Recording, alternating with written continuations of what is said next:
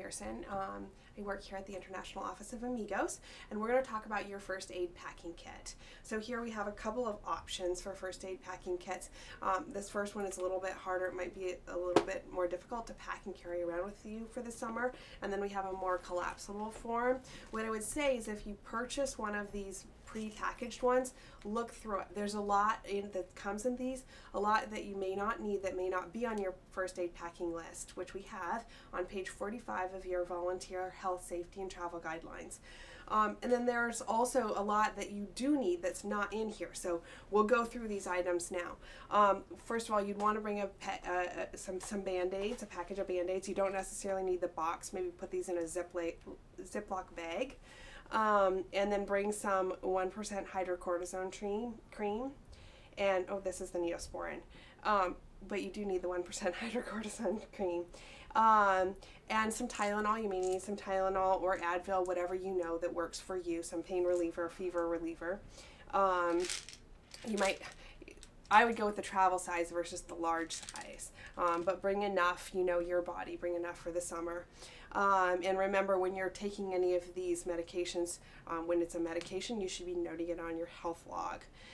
You might want to bring some, again, here's the hydrocortisone, some cold relief, multi-symptoms, whatever you know that works, again, for your body. A lot of volunteers might come down with colds. Allergy medication, if you have allergies, if it's over the counter, that can go in your first aid kit. If it's a prescription medication, we'll talk about prescription medications in a little while. You want to bring a thermometer so you can check your temperature to see how sick you might be. Again, we talk in your volunteer health, safety, and travel guidelines. Anything over 101.5 fever, then you would need to activate your calm plan. So this is an important tool. You want sunscreen. You want mosquito repellent. Mosquito repellent needs to be 25 to 50% DEET.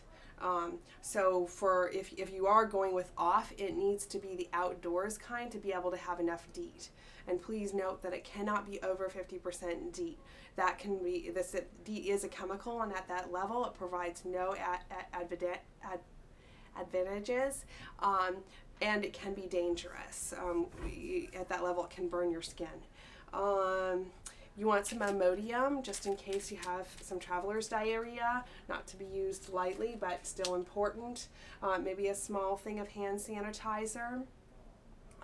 Some antacids. Again, you might not need a huge container, but that's important too. Some oral rehydration therapy. You can get that at a travel store, maybe REI, or maybe even travel clinics. That's also readily accessible in country. If that's something that you need, you can talk with your supervisor. And I think that really sums up the basics of your first aid kit. We try to keep it simple, keep it everything that you need, though, and we've learned this over 50 years now.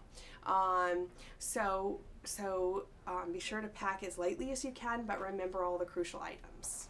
All right, so then when you're packing your prescription medications, you need to be careful about these. All your prescription medications need to be disclosed prior to the summer on your health forms.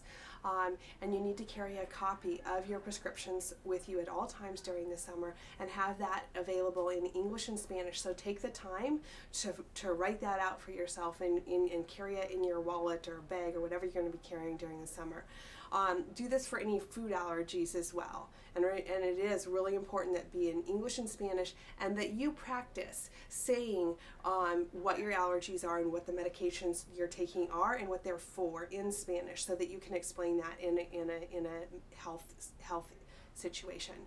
And then then let's talk about the one-course antibiotic, which is the one exception to the prescription medication protocol. And that is, for traveler's diarrhea, we allow all of our volunteers to request from their doctors a one course of antibiotic to take for traveler's diarrhea that should arise during the summer.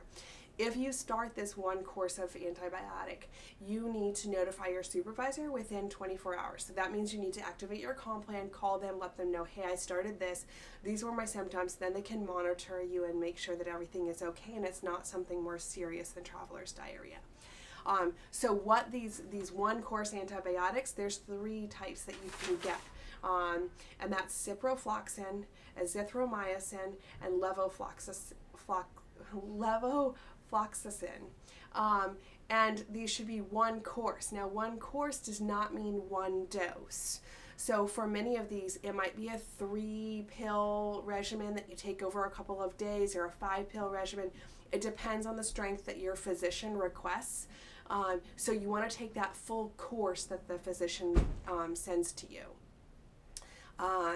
And again, being sure that you're keeping your supervisor in the loop as you're taking this. So to recap, all other prescriptions other than this 1-course antibiotic for traveler's diarrhea needs to be pre-disclosed on your health forms. You still have your confidential health form 3, which is any health updates if there's any medication that you've forgotten to disclose. This includes birth control, allergy medications, acne medications, any prescription medication.